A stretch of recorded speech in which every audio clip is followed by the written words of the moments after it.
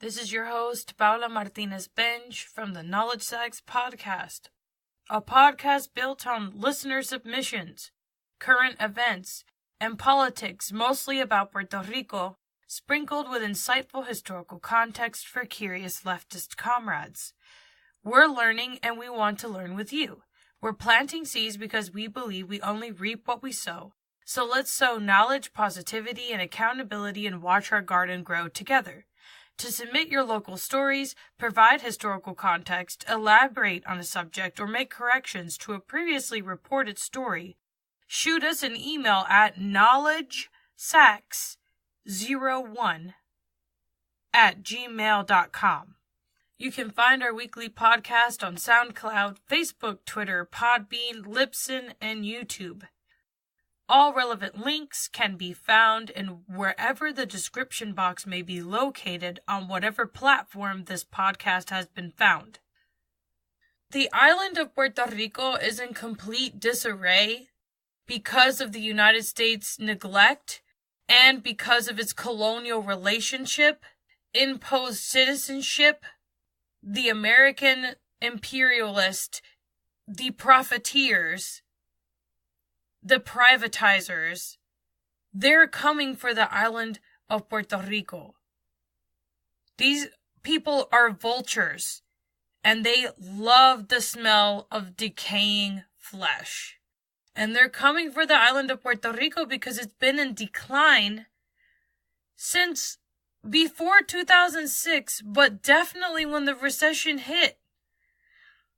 Before the hurricanes hit, we had 46% of people in Puerto Rico living below the poverty line. So right now in Puerto Rico, we have students over 100 days after Hurricane Irma, because there have been people without power. There have been schools without power since Hurricane Irma, not just after Hurricane Maria. Everybody has this hyper focus on Hurricane Maria. There have been people without power, without public services, their institutions without power since Hurricane Irma. And for children especially, school is a routine. Well, hypothetically, let's say that a person who has children who's going to send their child to school and getting their child ready in the morning is a part of their routine. And after the storm, let's say they have a government job, because I have family on the island with government jobs who sporadically cannot do their jobs because the electric grid will go down. And so they have no access to the internet, they have no access to telecommunications, and they cannot do the work that they need to do. So they get sent home or they go home early. And then right after the storm hit, my aunt took 2 weeks of quote unquote vacation time, and some of it she didn't even get paid for. Alright, so the island right now is in complete disarray. And without these routines of having school, of having power, there's going to be an increase of mental health problems on the island. And it's not just like, oh, people are forming trauma and people are forming PTSD because this and this. Yes, there are a lot of factors that increase the likelihood of developing these mental health issues that are related to trauma. But before that, there were people on the island living with mental health issues, period. So now those people have even worse mental health issues than they did before. The stuff in Puerto Rico is horrible. It's awful. It's horrific. I'm describing it to you. I'm telling you like it is. Because I am Boricua en la diaspora. I am a Puerto Rican knowledge sack. And I'm here trying to tell you my truth and the truth of so many people that I'm generations of colonization. My body, my family tree, the Corujos, the Bons, the Martinez. I am a legacy of hidden history. With this being said, I remember the other day reading an article about the prison in Louisville. So this is from Insider Louisville. Metro Corrections struggling to keep temperatures from dropping in jail cells. The Louisville Metro Department of Corrections issued a statement on Tuesday confirming that officials had struggled to keep cells warm in certain parts of the jail. And right now, it's a snowstorm. There's at least 6 inches of snow. It snowed all day today. So, and what's today? Okay. Yeah, today is Tuesday, January 16th. In Lexington, Kentucky, it just snowed all day long. Anyway. When did this article... Okay, so this article came out January 2nd. On Monday, Louisville resident Jade Tennis wrote a post on Facebook urging those with family members in the local jail to contact the media as the dorms have been freezing cold for the last 4 days, with inmates receiving extra blankets and hot bottles of water to make sure they don't freeze to death. Okay, that's here in the United States. Then I remembered there was another article I read about how schools were going without heat on the mainland. And so the importance of electricity in Puerto Rico specifically, you have an island it's a tropical island. So it's humid. It's like 90% humidity, 90 degrees outside. Pretty much all year round. So it's like the coldest it ever freaking gets is like 69, and it's like in the morning, early in the morning. So it's like the lowest it will get is in the 60s, the lowest.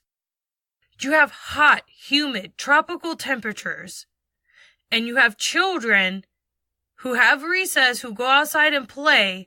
Then you don't have portable water. You don't have to have access to portable water that's safe to drink. Then, if you don't have electricity, you cannot provide school lunches to children.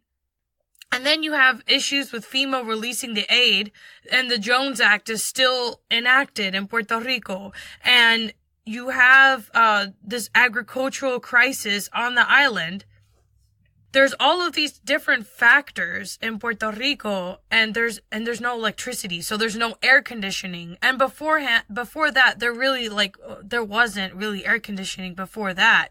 But the point is, the situation in Puerto Rico isn't solely isolated to the people of color on the island. You feel me? This neglect, this mistreatment of children, this mistreatment of vulnerable populations that need, and specifically in regards to the situation in the prison in Louisville, the fact that there are people who are desperately trying to prevent themselves from hypothermia when they're trying to be rehabilitated for committing crimes so horrible that they have to be isolated from the rest of society. Because that's supposedly the point. Supposedly, key word, operative word there. That is supposed to be the reason why we have prisons, right? People are committing crimes so horrendous that they have to be removed from the general population of society itself. They have to be removed as a fragment of our society, so we can quote unquote rehabilitate them and then allow them to go back into the world. Even though we take, in some states, and it's here in Kentucky though, I think it's Kentucky, Florida, and there's like one other state that completely removes your right to vote until you die. If you're a felon, you're not allowed to vote in some states. And then people have the audacity to tell me that fascism isn't real and that it could never happen in the United States. The number one perpetrators of coups, of war, of stealing resources from black and brown people worldwide, from committing Native American genocide that is lasting until this day. Guys, the American government is a sham.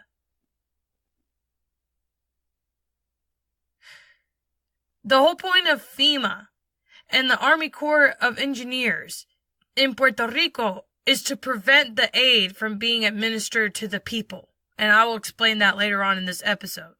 But what I'm trying to do is I'm trying to tie this all in together to tell you that Puerto Rico isn't the only place in los Estados Unidos that is systematically killing black and brown people, people of color, through institutional genocide. This article is from the New York Times. I'm going to read some excerpts of it. Baltimore city schools are without heat, prompting protests from teachers and parents. This was published January 4th. Teachers in Baltimore are calling for city schools to be closed until heating problems are resolved, saying many students have been forced to attend classes bundled up in coats, hats, and gloves during the recent frigid weather. The Baltimore Teachers Union sent a letter on Wednesday to Sonja Brookins Santelices, the chief executive officer of Baltimore City Public Schools, saying this week students and teachers have endured dangerously low temperatures in buildings that are struggling to operate with bursting boilers and drafty windows. Trying to provide a stable learning environment in these extreme conditions is unfair and inhumane, to say the least, said Marietta English, the president of the union, in the letter, which was published in the Baltimore Sun on Wednesday. That day, 4 schools were closed and 3 let out their students early because of the heating issues and cold in their buildings. As blizzard conditions raged along the East Coast on Thursday, and we still have this crazy weather right now, the closings extended to all Baltimore City schools, as well as those in other major cities, including New York, Boston, Philadelphia, and Washington. In Baltimore on Thursday, temperatures were in the low 20s and dipping as low as 9 degrees Fahrenheit, amid high winds and snow showers. Colder weather was forecast for Friday, when another decision about closings would be made. About 60 schools have been affected over the winter break, and this is in Baltimore, and this week by heating problems, representing about 1/3 of the schools in the system, Dr. Santelices said.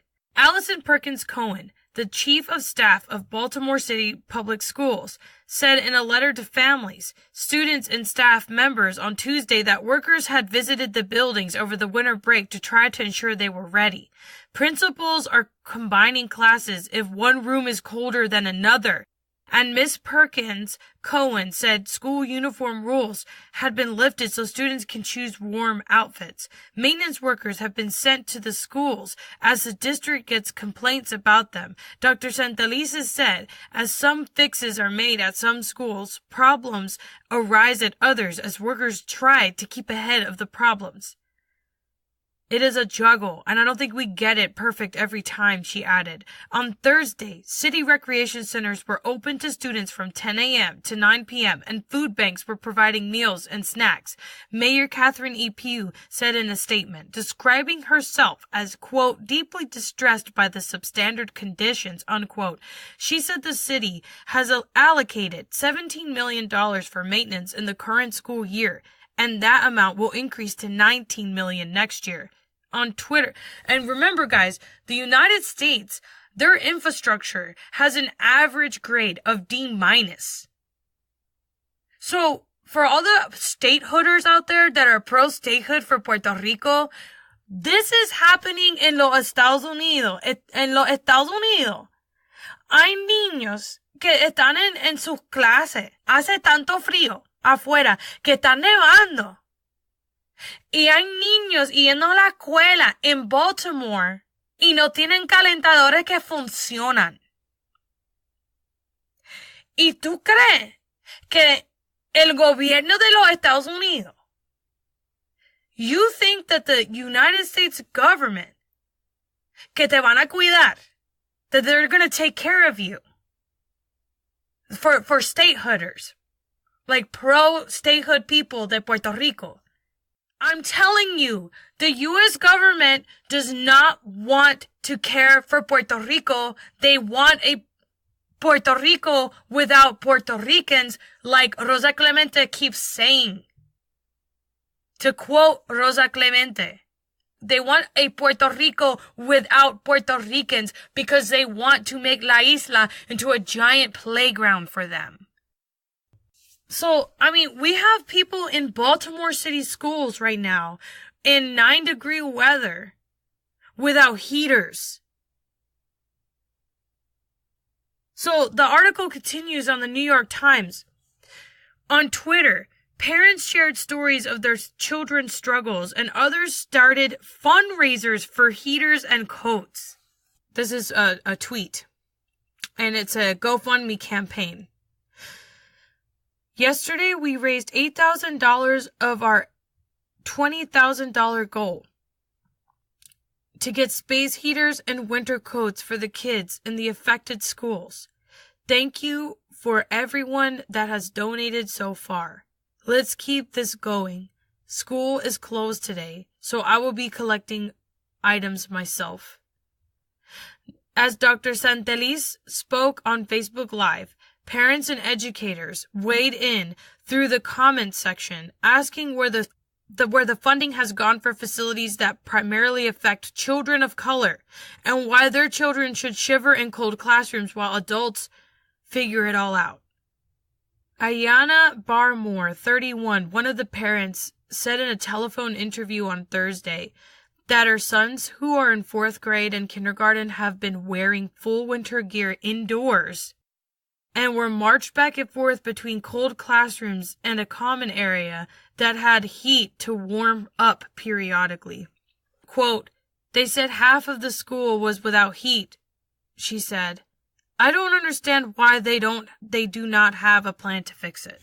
That's happening right now to students in Baltimore. There are prisoners, and I know that these aren't the only places, like these are institutions in los Estados Unidos that's supposed to take care of the most vulnerable. And now, let's go back to Puerto Rico. So this is the clip I want to share with you about Puerto Rico. 4 months after Hurricane Maria, many schools have no power. Nearly 100 days after Hurricane Maria, there is at least one school in every city on the island that has no power, according to the Department of Education. NBC News' Mariana Atencio goes inside one of those schools to speak to the students and teachers about what it's like to learn in the dark. Looks like your typical 4th grader, but the smile on her face hides all she's lost from Hurricane Maria. This storm has ruined everything. It has taken houses, it has taken roofs, it's done everything. Her family, like many here in Naranjito, lost their home. She now lives with relatives. Power remains out all over town, at home and at school. At Sylvester Martinez Elementary, instead of an electronic bell, now an old-fashioned whistle signals the start of the school day.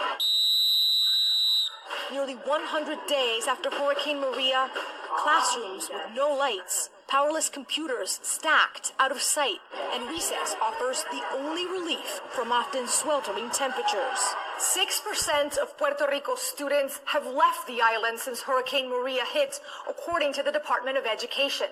And they tell us almost 4 months later, there is at least one school in every city on the island that has no power. It's not easy. It's not easy, but with no electricity, we went back a few years back. Teachers like Jessica Estrella put on a brave face during these challenging times. Smile to them, and we sing to them, and we have a lot of activities for them, and that's what they like. For Mia Negron, a school without power still serves a purpose. Why is it important for you to keep coming to school? To be a great person, help other people, and always learn. It's also the place where they can process the trauma they experienced. We can be brave and tell the teachers what we feel about the storm. and in going through this together, look towards a brighter future. I don't want to focus on the storm because the storm already passed and I have to keep going with my life. So this is from El Nuevo Dia. The Department of Education details that at the moment, only 427 schools have electricity. The work of the public education system starts again tomorrow with the arrival of staff to schools at a time when at least 680 of them remain in the dark. Of the 1,107 schools that will open at the start of the second semester, only 427 have electricity and internet service, explained the Secretary of Education, Julia Kelleher.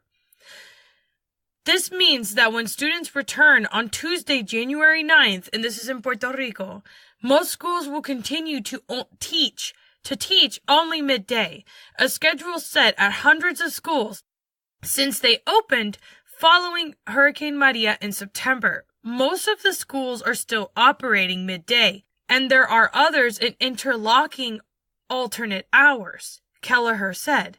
Within the number of open schools, there are 11 that do not have their own structure but are located in other schools. Some students take classes only in the morning and others only in the afternoon under the configuration known as alternate hours. So they're not even having whole school days because there's no electricity. According to the Electric Power Authority, AEE, 58.7% of subscribers had electricity service today, and that was January the 7th of this year. The second semester of the school year begins tomorrow, January 8th, when the teaching staff must present themselves to the schools to participate in a series of meetings and professional development activities aimed at guiding and preparing them about the expectations for the coming months. Classes will start on Tuesday. The Department of Education has anticipated a reduction of 22,000 students compared to August enrollment, while the system could have 400 fewer teachers due to the number of educators who applied for unpaid leave last semester and those who did not. They retired in December. Although the 1,107 schools are expected to be able to receive the students, last week Kelleher made surprise visits to some schools and regretted that not all the necessary cleaning tasks had been carried out. Also, the secretary stressed that the work needed by schools to repair the damage caused by Maria has not yet been made, because it is expected that the funds will be allocated by FEMA, the Federal Emergency Management Agency. So I keep telling you guys over and over again that FEMA, that the U.S. Army Corps of Engineers, that the contractor with Whitefish Energy, which I talked about last episodes and specifically talked about Ryan Zinke, who will be talked about in this episode as well. I want to start off this episode about what is relevant in Puerto Rico, the reality of Puerto Ricans. That's how I want to set this up. The reality of Puerto Ricans and how it translates into the mainland. How it permeates. The situation back home on the island isn't only isolated to Puerto Rico. Similar things, not to that magnitude or gravity that the whole school doesn't have power, right? But the fact that there are children going to schools in below freezing temperatures and that parents are going online to have GoFundMes to raise money to provide space heaters and jackets to students in cities like Baltimore and New York City and Philadelphia. And you have kids on the island without power and they're in quote unquote sweltering heat. And FEMA is doing absolutely nothing. And Scott Pruitt, the head of the EPA, is saying and doing absolutely nothing. And Ryan Zinke, the secretary of the the Secretary of the Interior. These people are in and have been appointed because they're enriching other elites. And there is no two-party system. It's all the same party. They're all working against the rest of us, and they benefit from us dying because they make money off pharmaceuticals. They make money selling plastic water bottles. They poison the water. They make money by selling us plastic water bottles that are filled with semi-contaminated water. And this isn't conspiratorial. This isn't conspiratorial. This is what capitalism looks like. This is what privatizing looks like. This is what profitizing looks like. Right now, we have a Secretary of Education that doesn't want to better public schools because nobody in the U.S. government is going to ever want to better public schools. They benefit from the masses being dumb and ignorant and arrogant. They benefit from that. Neoliberalism depends on semi-woke people semi-functioning and walking around and spewing American imperialist talking points. Neoliberals depend on that because colonization depends on people being ignorant. It just does. It depends on people abusing their power and being willfully ignorant and stupid, just walking around being stupid and abusing people. And the patriarchal system remains because if people have a step up on you in a capitalist system, they're going to abuse their power because it gives them more capital and control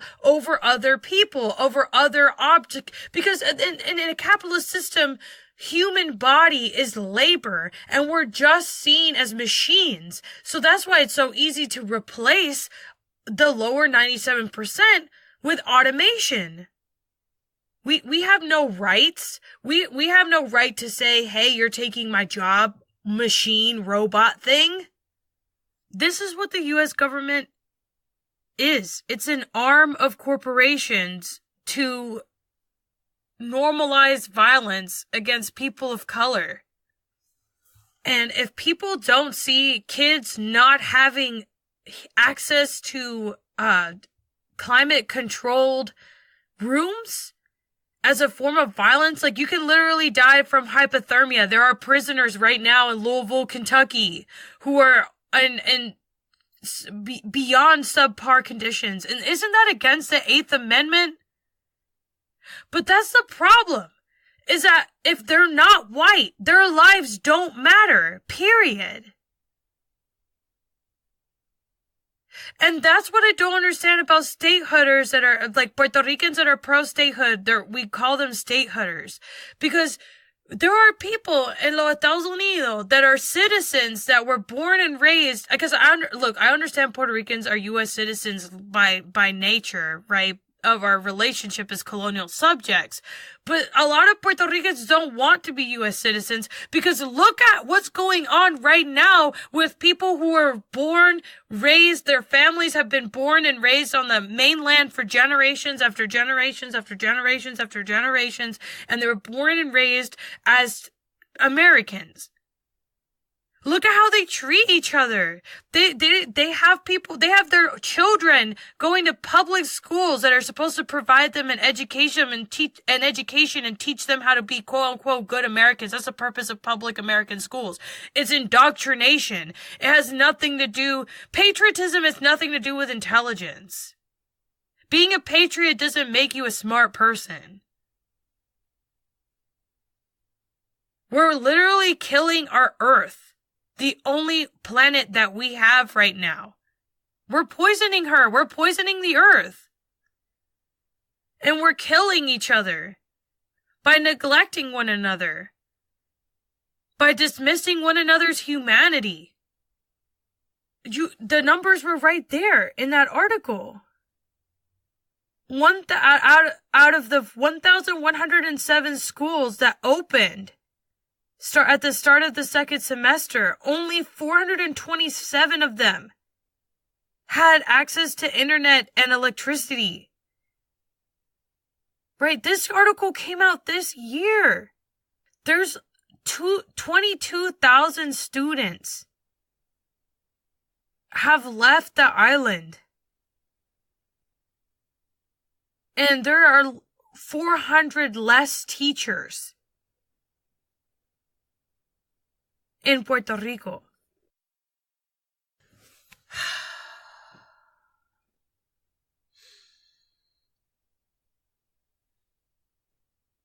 So this is from NBC 5 Dallas Fort Worth.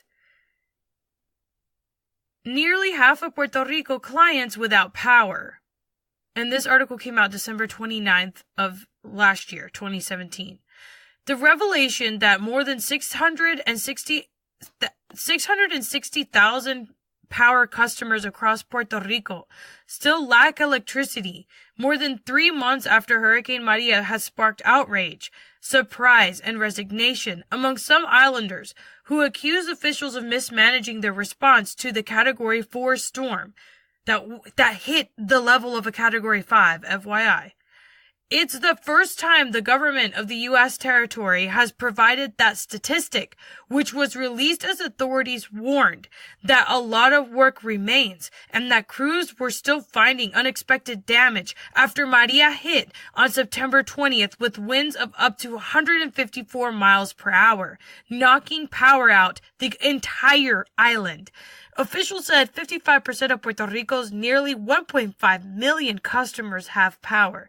It's just extraordinary that it is still so far away from being 100% recovered, said Susan Tierney, a senior advisor for Denver-based consulting company Analysis Group, who testified before a U.S. Senate committee on efforts to restore power in Puerto Rico. I'm not aware of any time in recent decades since the United States has electrified the entire economy that there has been an outage of this magnitude. One of Puerto Rico's 78 municipalities remains entirely without power, and it's unclear when some electricity will be restored to the central mountain town of Ciales. Crews this week restored power for the first time to the parts of the southeast coastal town of Yabucoa, which received the first hit from Maria.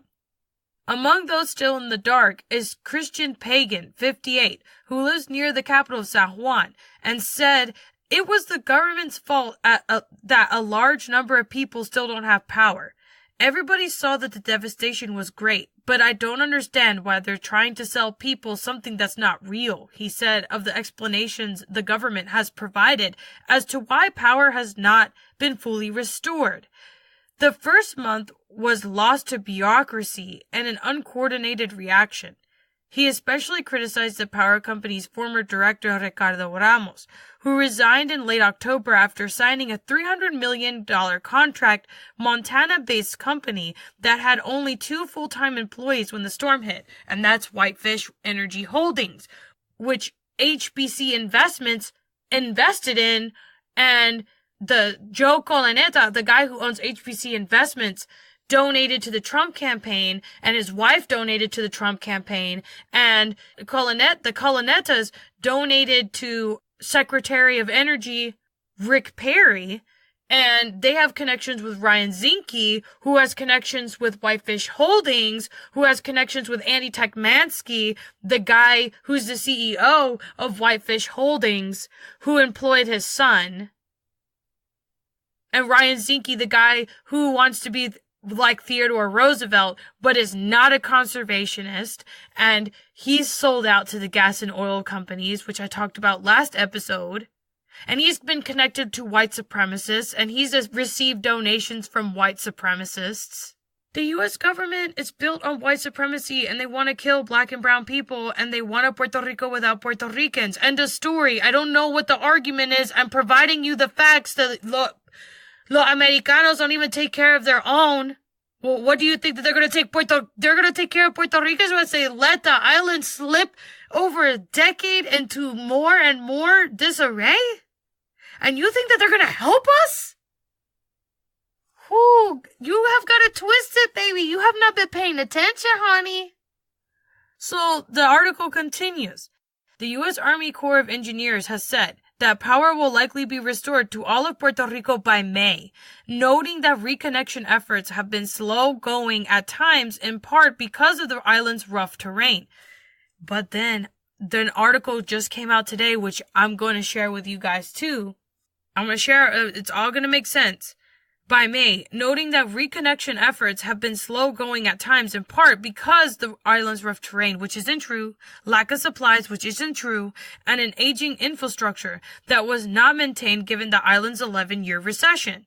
Some believe it might take even longer, especially living in central mountain towns like Eileen Chéveres, a 48-year-old respiratory therapist from Morovis. Power was restored last weekend to homes around her, but she's still waiting for crews to set up a key cable so she can have lights. Quote, "It's like a lack of respect. I know the damage was great, especially in the mountains," unquote, she said, adding that seeing homes lit up around her gives some hope amid the frustration. It is not yet known what percentage of businesses and homes now have electricity. Power company spokesman Gerardo Quiñone told the Associated Press that officials don't have that data yet because the optical fiber that helps provide that information was destroyed by the hurricane. Ferezan Martinez, vice president of a union that represents Puerto Rico Power Company workers, told the AP that the company should have provided the number of customers without power a while ago, adding that officials had other ways of obtaining the data. He also said a recent study by local engineers found that 90% of industries and 75% of businesses already have power, meaning residential areas are disproportionately in the dark. Capitalism doesn't care about people, and they're not going to take care of us. And the only people who are going to take care of us is us and ourselves. So it's time to start fighting back, and it's time to start speaking up, and it's time for us to fight against the American imperialist rhetoric that is surrounding the conversations around Puerto Rico, que de verdad, no, they shouldn't even be around. It's like everybody, I know I have an opinion, pero por lo menos I'm telling you the facts. And I'm telling you how I feel and why I feel the way I feel. There are too many people out there who say whatever they want to say, and it's not based on the reality of what is actually happening. It's not based on the history, and it's not based on the facts. Well, here are the facts. Amarilis Irizarry, a 38-year-old graphic designer, lives in one of those areas. Every day, she drives underneath an electrical post that fell across the road to her apartment in Trujillo Alto, hoping it won't finish falling on her car and kill her and her young son. "This is horrible," she said. "I don't think it would take so long. To have only half of Puerto Rico with power 3 months after the hurricane, that's worrisome." Government officials said nearly 14,000 poles already have been shipped to Puerto Rico, and another 7,000 will arrive in upcoming days. In addition, some 3,500 workers are trying to restore power across the island, with many working through the holidays.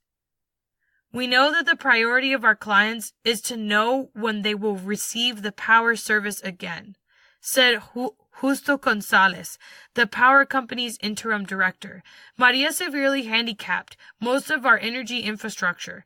Officials said Puerto Rico has 2,400 miles of transmission lines, 30,000 miles of distribution lines, and 342 substations that have suffered substantial damage during the hurricane. Carlos Torres, who is overseeing power restoration efforts, said that crews are still finding unexpected damage, including what he called severely impacted substations. So this is a clip from this local news station. The crisis in the Caribbean continues almost 3 months after Puerto Rico was devastated by Hurricane Maria. Downed trees, branches, and plants are still being cleared from the roads there. And as Gabby Acevedo from News 4's San Juan Bureau found out, once cleared, this debris could help the island's recovery. We are at one of the biggest recollection sites for vegetation and organic material left behind by Hurricane Maria, right in the middle of the city of Guaynabo. 7 acres converted into this monumental operation. Once upon a time, this lot was home to a public housing project with a total of 16 buildings in downtown Guaynabo.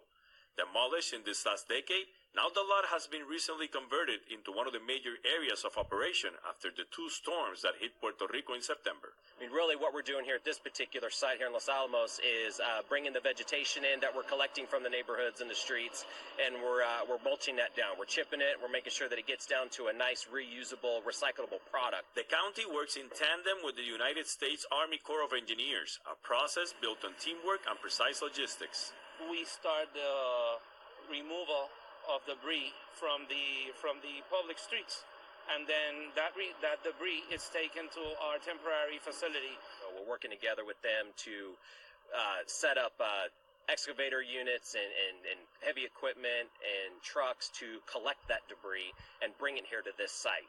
Every truck is registered and tracked thanks to a global positioning system. Mountain roads present challenges in the recollection phase. I mean, this is one of the worst disasters we've had, obviously. And so, driving in the communities, driving out of the neighborhoods, you see a lot of the devastation. First, we inspect the trucks, make sure they're safe for the roads and safe for the landfill. The vegetation eventually turns into this.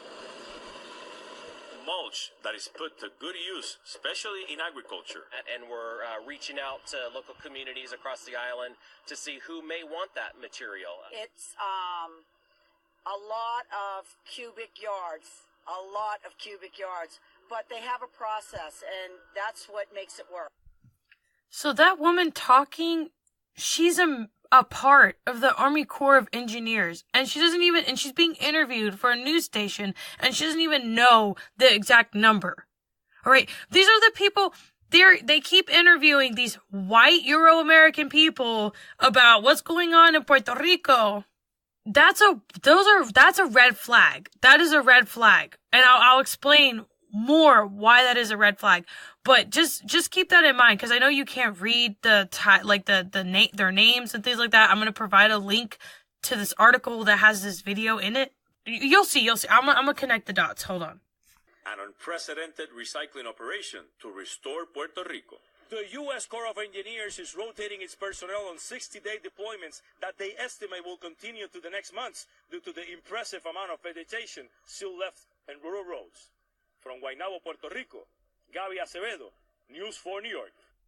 A couple of things. One, instead of providing humanitarian aid, which is what the Army Corps of Engineers is supposed to be doing for the Puerto Rican people to make sure that they are fed, that they have running water that's clean, that they have their basic necessities met, that they have power, this particular news station and that reporting focused on the compost and how they have made all of this compost, because if you see the manure, the piles of debris that you can see as a viewer in the Estados Unidos, as an American, as a gringo, you can, as a white, only a English speaking person, you can see the actual physical, tangible work that they did. But the reality is that there's hardly any clean running water on the island that's actually safe to drink, because as I talked about in episode 2, the Safe Drinking Water Act hasn't really been followed, and it's absolutely dismal in Puerto Rico. Then you have Superfund sites, and the fact that there were people drinking from Superfund sites in Puerto Rico, and the EPA okayed it, that's headed by Scott Pruitt, who wanted to have the Attorney General job not even a couple weeks ago. All right, like that's imperialist stuff right there. That is weird. That is sketchy. Why is this happening? And I keep telling you guys that the only purpose of FEMA and the only purpose of the Army Corps of Engineers in Puerto Rico is to prevent the aid from reaching the people who need it. And then, do you think that they're employing Puerto Ricans who don't have jobs right now to work and fix the electrical grid in Puerto Rico? They're contracting it to Americans. The Whitefish Holdings contract, they contracted, the Prepa contracted Whitefish. And Whitefish, Montana, where this company shares the same town as Amateur Group, the secret private spy agency that Trump wanted to employ, that's connected to white supremacy. That's connected to Ryan Zinke, the Secretary of Interior, who's connected to white supremacists. White supremacy, every layer. It's not even hard to find. This article came out today in The Intercept. Puerto Rico utility workers charged that federal government is hoarding reconstruction supplies. After armed federal agents entered a warehouse owned by the Prepa on January 6, they said the warehouse had contained rebuilding materials that they seized to distribute on the island. The Intercept's report on the incident has led to calls on the island for criminal prosecutions of Prepa officials, with the governor referring the matter to the Department of Justice that's headed by the Keebler elf himself, Jeff Sessions. The U.S. government is built on white supremacy. This is the United Corporations of America. Prepa affirms that the U.S. Army Corps of Engineers and their contractors have had access to them since the alleged discovery.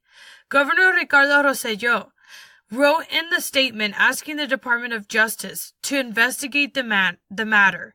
Therefore, and then how many things, like Ricardo Rosselló is a puppet. Like he doesn't have any power.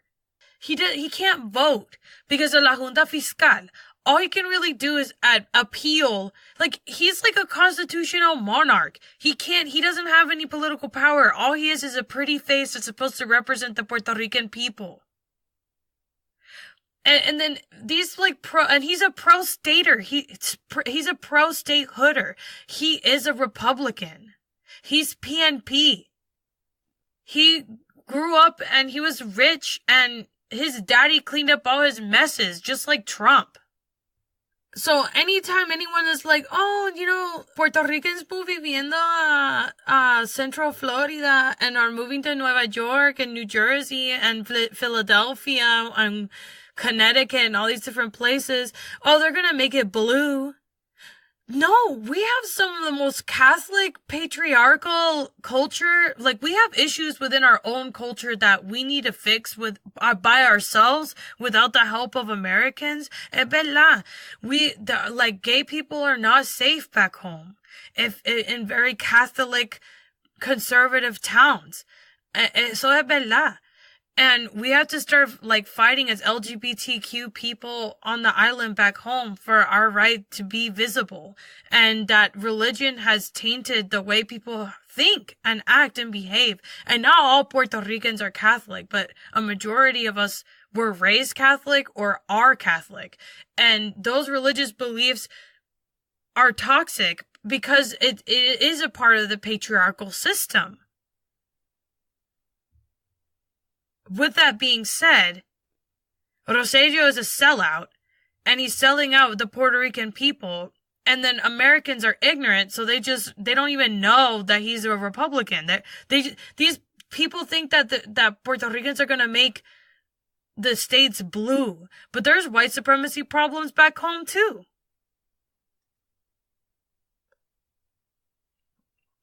There's so much self-hate in our communities.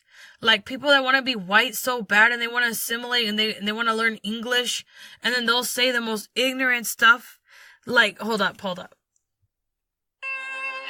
Puerto Rican! Hola, puertorriqueños. Are you worried by the status issue? ¿Está usted preocupado por el issue del estatus? Worry no more! No se preocupe más. 23% records La brings compañía you de discos 23% Records les the trae ultimate tool for keeping up with your identity. la herramienta más efectiva para mantenerte al día con tu identidad. Presenting Statehood Song. Presentando canciones para la estadidad. Statehood Song. Canciones para la estadidad. In my halls and one, how many dreams I worked in my childhood years. A beautiful collection of songs for every occasion. Una hermosa colección de canciones para cada ocasión. Romantic songs. Canciones románticas.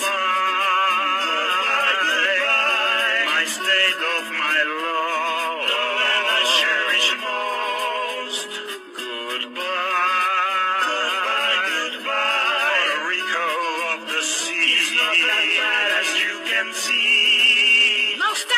songs. Canciones nostálgicas. Goes out, crazy of the happiness, carrying his payload, going to the city. To the city goes. Bohemian party songs. Canciones para fiestas de Bohemia. Puerto Rico, the 51 state, got your sang to you, and he said you were the pearl of the seas. Wait, but there's more. Espere que hay más. Call now, and you will also receive Llame ahora y también recibirá la colección. songs for going to the movies. Canciones para ir al cine. Paint your life with the colors of my state. Bomb. Paint your life. That clip was from Carnefrita.tv. They're so funny. Anyways, so going back to the Intercept article. In a statement issued Wednesday night, Puerto Rico Senate Minority Leader Eduardo Batia said lying about not having the parts to cover the inefficiency of PREPA is outrageous, and those responsible must be taken before state and federal authorities to be criminally processed immediately. But PREPA isn't the only player involved in the island's grid restoration efforts with a cache of materials. Photos sent to the Intercept from UTIER, the Electric Utility Workers Union in Puerto Rico, show another store of materials, many of them more recently acquired and potentially immediately useful to rebuilding efforts at a warehouse in Ponce controlled by the U.S. Army Corps of Engineers itself. Stored at the Ponce warehouse are concrete and metal poles used to erect power lines, as well as a large quantity of electrical wires of varying sizes and cross arms in, quote, in vast quantities, unquote. Freddy Martinez, UTIER's vice president, told me by phone on Thursday. There are also several shipping containers, the contents of which are unknown. All of the materials shown, he noted, are, quote, are critical in the recovery effort that PREPA workers and contractors are doing to restore the power grid, unquote. Quote, that is not normal to have such quantities of materials in the crises that we are having in Puerto Rico. For example, I have never seen such quantity of cross arms in my life, unquote, Martinez said. The amount of containers of wires is also too much knowing what is needed, and all that is just sitting there while the workers make miracles with the few things they get each day. It's sad, unquote. The U.S. Army Corps of Engineers is accusing PREPA of doing something that they are doing on a large scale. That the U.S. Army Corps of Engineers is doing. And they're saying that PREPA's doing it, but they're the ones doing it. And that's what you see. You see the U.S. government saying, we're spreading democracy. We're doing this. We're free. We're liberty. We're the home of the Statue of Liberty. And then you go on television and you hear on Fox News that the Statue of Liberty, that they're like, oh no, we don't want immigrants. They're dirty. They're gross. And then you have Trump saying the S-hole comments. The S-hole comment about Africa and Haiti. Oh, and we need more immigrants from Norway. No one wants to come to this crappy freaking... No one wants to come to Los Estados Unidos. No one wants to come and live here. They don't have health care. They don't have a functioning education system. All of our institutions are crumbling. And then the privatizers are coming and the gentrifiers are coming. And there's refugees trying to escape countries that we made into S-holes because we're an imperialist regime. And in Puerto Rico, there are kids who are having to deal with sweltering temperatures after dealing with the trauma of losing their homes. That there are prisoners in Louisville, Kentucky, who are doing everything they humanly can to not freeze to death. And then you have Joe Apiro, who wants to, in Arizona, who just got pardoned or whatever. And he had the crazy concentration death camps for undocumented people. And he wants to run for office, political office.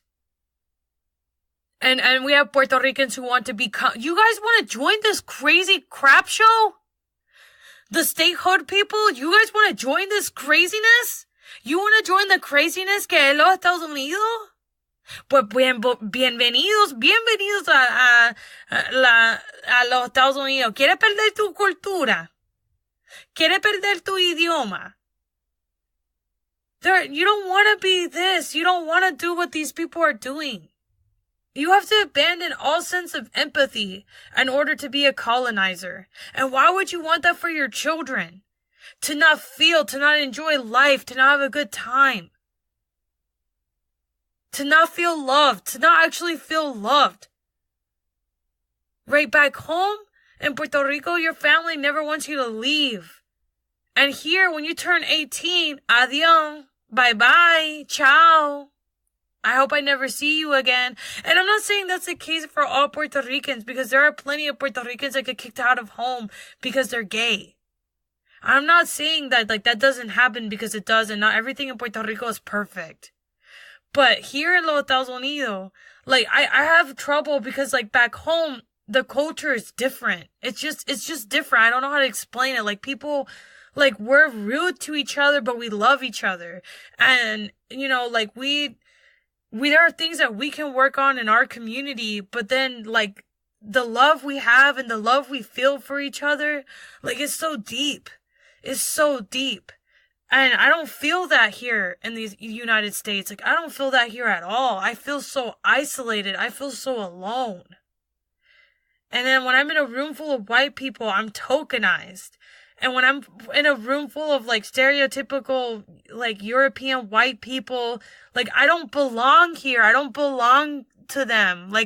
I understand I'm white Latinx. And I understand I'm Puerto Rican. I understand that there's a difference between your race, your nationality, and your ethnicity. But when I go back home, I don't feel that. I just feel like me.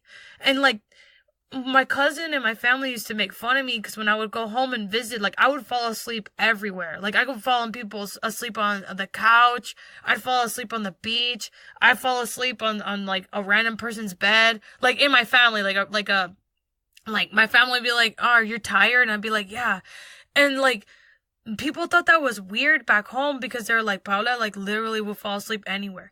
And it's because I was so exhausted from working 3 jobs and going to school full time, for one. And I was visiting my family, so it was having a break. And for 2, I never could sleep. I was always on edge. I was always concerned and worried that I wasn't safe. My safety was constantly compromised here in the United States. I was constantly living on the edge. And when I got to Puerto Rico with my family, I would just fall asleep because I was so exhausted and tired and comfortable, and I felt safe. And I never had that sense of safety here in the United States. And the whole reason why I'm sharing that with you guys in relation to the Army Corps of Engineers and what they're doing in Puerto Rico, as I'm trying to reach to the people, the statehood people, the pro-statehood people out there who think that becoming a state is going to make you more American and more accepted. The reality is it's not, and you're never going to be accepted by Americans until you are colonized to the point where not only your skin is white, but there's spirit side, and you become a colonizer, and your children become the colonizers. Because that is what the white man wants in the United States, on the mainland, in the continental United States. That's what they want for Puerto Ricans. They want us to forget who we are, and they want us to forget our roots, and they want to dehumanize those of us who are more melanated in our communities, the true indigenous people of Puerto Rico. So the Intercept article continues. Asked about the photos and why materials had not been distributed out to the linemen, the U.S. Army Corps of Engineers spokesperson Luciano Vera said, Ponce is one of our main distribution points for materials. We have multiple barges arriving weekly with containers of cable, poles, and other materials. As the thousands of pieces of materials arrive to the port, they are distributed to work sites throughout the island and to one of our distribution points for for future use. With the increase of materials arriving to the island, we have increased storage capacity, and contractors are able request materials from one of the distribution points for upcoming work sites. The U.S. Army Corps of Engineers, for most of its time working in Puerto Rico post-Hurricane Maria, has been 2 warehouses, one in the capital, San Juan, and another in Ponce, on the south end of the island. The U.S. Army Corps of Engineers recently began using another warehouse in Bayamón, but line workers have been consistently frustrated with the pace of recovery rooted partially, according to UTIER, it's UTIER, in the amount of time it takes to transfer materials from the U.S. Army Corps of Engineers 2 and now 3 warehouses to job sites around the island. Quote, the U.S. Army Corps of Engineers is looking at other options as well as capacity increases, Vera said in an email. Another security contractor who was stationed in the island's southeast in November and December said the crews he accompanied had access to Palo Seco site as early as late November, though linemen were only allowed access to the area outside of Warehouse 5, where Prepa had left old or used equipment outside. He was traveling with a group of workers contracted by Cobra LLC, and told me that Prepa officials were the only ones with access to materials inside of the warehouse. He saw that he identified to be Prepa trucks ferrying materials into the warehouse. The guys from stateside had never worked like that before, the source who spent several days at Palo Seco site told me by phone. Everything they build, they start from new. When we got out there, it was a big culture shock for them. There were parts that were bent that we had to bend back and fabricate, cut down a bigger section to make it fit from the used parts laying around. The team he worked with was granted access to Palo Seco site to assemble materials for rebuilding of down substation on the island of Vieques. When they were working on a different project, they denied access to Warehouse 5 pending written permission from higher-ups in Prepa management, he said. The utilities parsimony with its materials and facilities is reportedly rooted in a clause in the contract between Prepa and Cobra, which states that Cobra will provide its own equipment for all grid restoration efforts.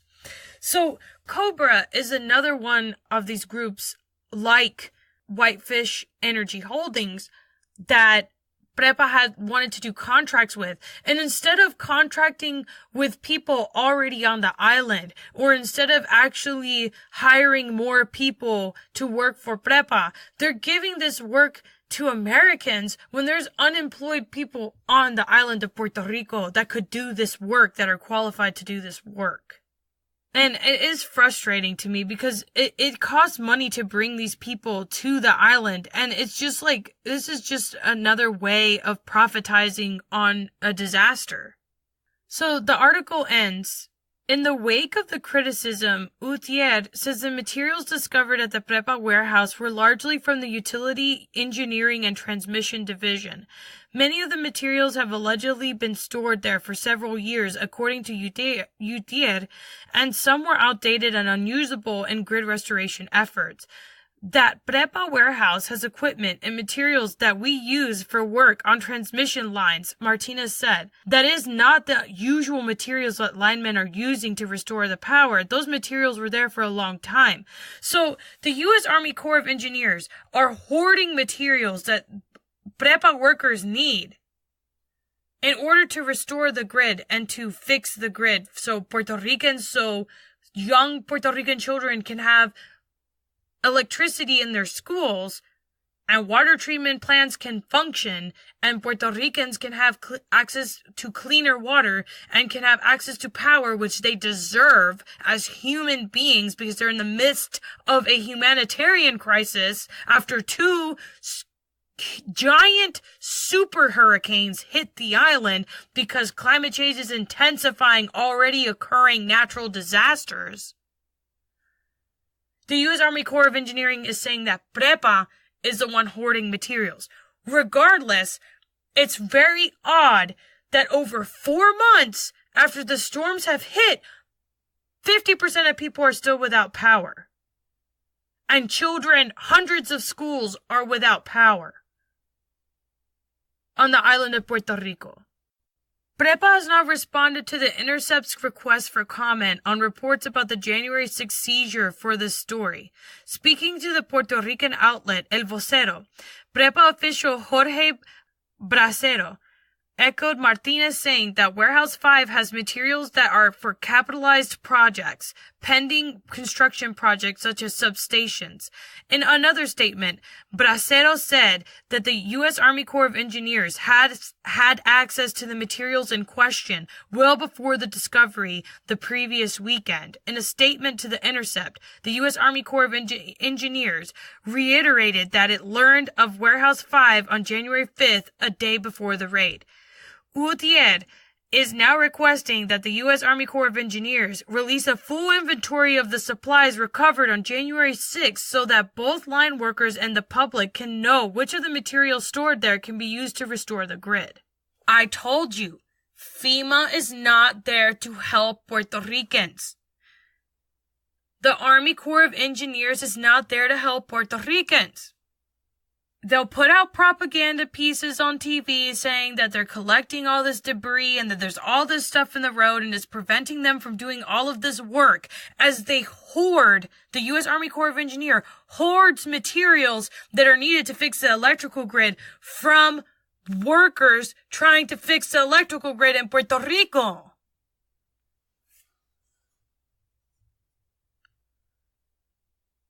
This isn't rocket science. This mistreatment of Puerto Ricans isn't anything new. So I'm going to go back to this book, The War Against All Puerto Ricans by Nelson A. Dennis. I keep telling you guys need to read this book if you want to know about Puerto Rico and what really happened there and what's really happening. Every man in the village of Santa Isabel worked in the cane fields. They learned to use a blunt machete as toddlers, to catch land crabs as children, and to cut cane as teens. The few who managed to escape either ended up in jail or were never heard from again, as if the earth had swallowed them up. While sweating in the fields, the men spat out mosquitoes and joked to keep up their spirits. The younger men talked of revolution. One claimed that he would kill 10 Yankees, then buy new shoes. Another dreamed of buying better rum. One joked that he planned to save his money and start a child labor factory. A fourth bragged that he would marry Greta Garbo. Don Tomas explained that their revolution could never succeed because the Green Pope, a man who sits in an office with millions of green dollars at his command, he lifts a finger and a ship starts or stops. He says a word and a republic is bought. He sneezes and a president general or Supreme Court judge falls. He rubs his behind on his chair and a revolution breaks out. Puerto Ricans, Don Tomas admonished, had to fight this man. But no one knew who or where he was, and even if they did, find and kill the Green Pope, 100 others would replace him. Don Tomas was not far off. Shortly after the U.S. invasion, Hurricane San Ciriaco, one of the largest in the Caribbean in Caribbean history, destroyed thousands of Puerto Rican farms and nearly the entire 1898 coffee bean crop of 50 million pounds. Only 5 million, 10% were saved. Does this sound familiar? American hurricane relief was strange. The United States sent no money. Instead, the following year it outlawed all Puerto Rican currency and declared the island's peso with a global value equal to the US dollar to be worth only 60 American cents. Every Puerto Rican lost 40% of his or her savings overnight. Then, in 1901, a colonial land tax known as the Hollander Bill forced many small farmers to mortgage their lands with U.S. banks. but with no laws restricting usury. Interest rates were so high that within a decade, the farmers defaulted on their loans and the banks foreclosed. These banks then turned a diversified island harvest, coffee, tobacco, sugar, pineapple, and other fruits into a one-crop cash cow. That crop was sugar. The very first civilian governor of Puerto Rico, Charles Herbert Allen, used his brief tenure to become the king of sugar. When he returned to the United States in 1901, he quickly installed himself as treasurer and then president of the largest sugar refining company in the world, the American Sugar Refining Company, later known as Domino Sugar.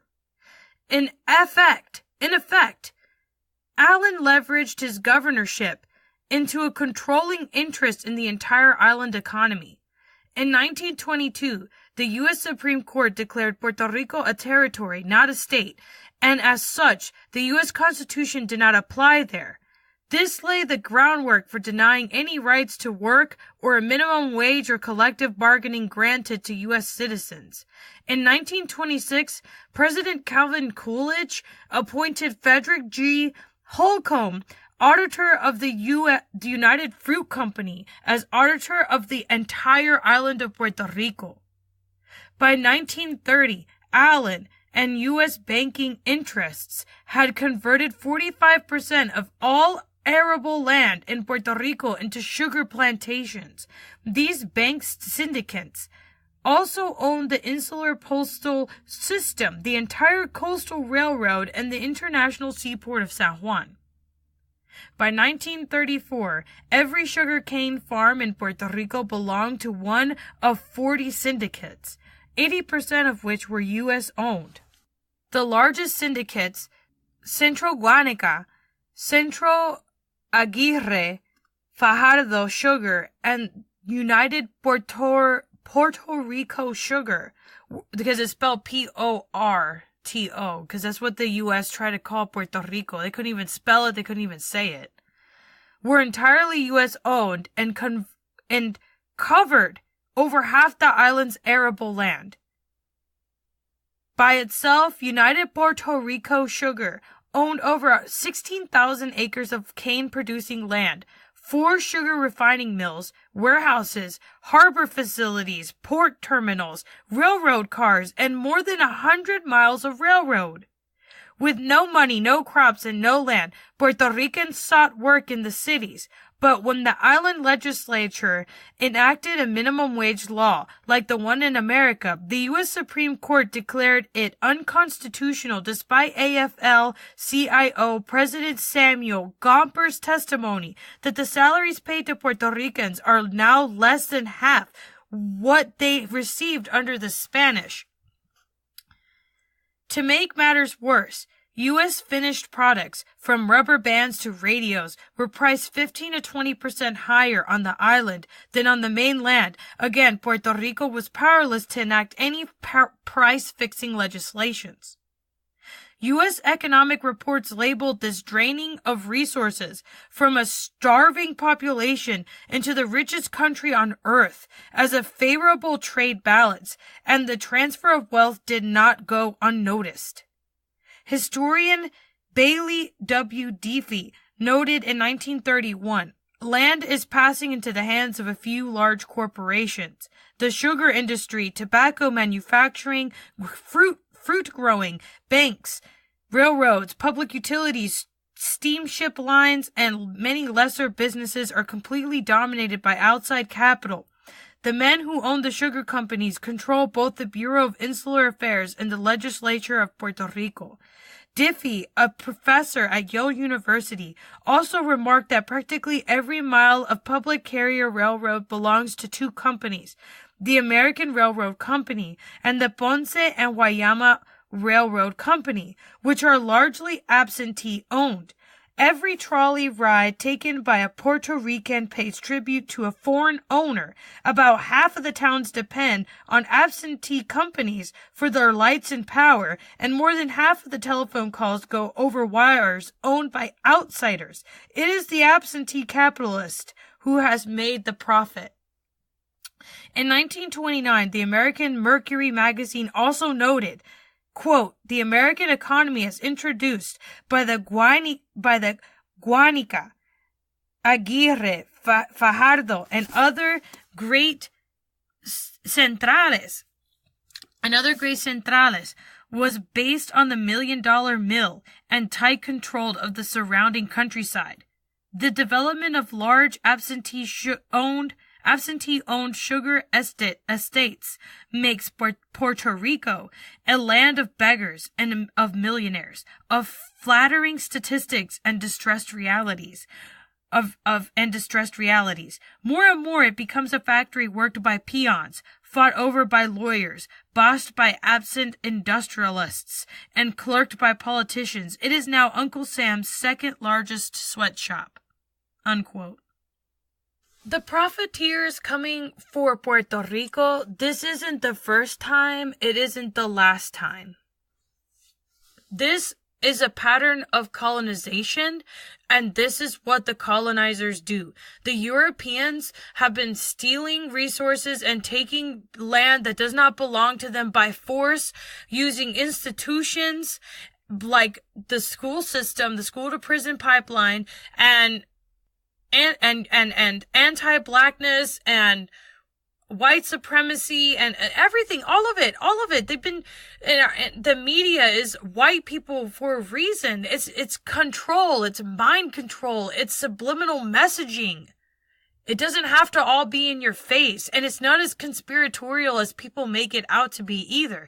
This is just the reality that people live under. When you live in a regime, this is it. Like, I don't know what to say or what to do, right? Like, I live the way I live. That's that. This is another article that came out in The Intercept just to bring some clarity about these vultures.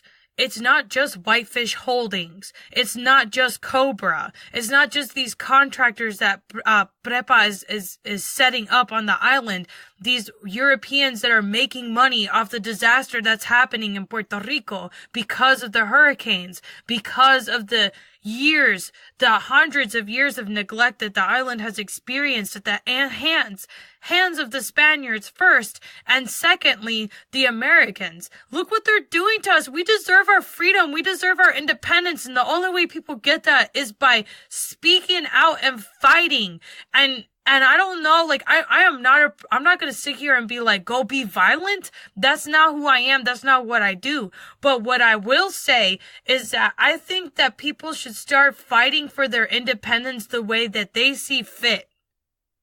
And I don't think violence is the answer, but look at these violent institutions in the United States and look what they're doing to people of color. And how do we change that? And how do we educate the masses that have been misinformed for so long? And is it possible even?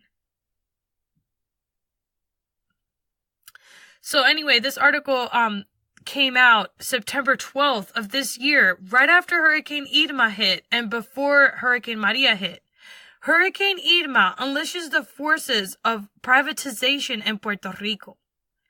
Vultures circling the wreckage of Puerto Rico in the wake of Hurricane Irma are closing in on a long-sought prize, the privatizing of the island's electric utility. This is all of this lack of helping, the lack of help from FEMA, from Prepa, all of this, the lack of help from FEMA and the U.S. Army Corps of Engineers, all of it is to make Prepa look bad so they can privatize it. Because that's what the United States government has been doing for decades with the school system, with charter schools. They push this propaganda on people that it's going to be better once it's privatized. But let me tell you, it doesn't get better. It gets worse. The Intercept continues. Puerto Rico avoided the very worst of the storm. which darted just north of the U.S. territory, but it didn't escape unscathed. Following a request from Governor Ricardo Rosselló, the White House declared a state of emergency. 3 people were killed and more than 1 million were left without electricity in the storm's wake. The fragile body responsible for that power is the Puerto Rico Electric Power Authority, whose executive leadership warned ahead of the storm that parts of the island could be left without electricity for up to 6 months. This is in September. Thanks to the change in the storm's path and a crew of dedicated line workers, PREPA, the island's sole electricity provider, now expects most of the towns to have their lights back on within 2 weeks and full power within a month. And this is in September. So this is before Hurricane Maria. This is September 12th.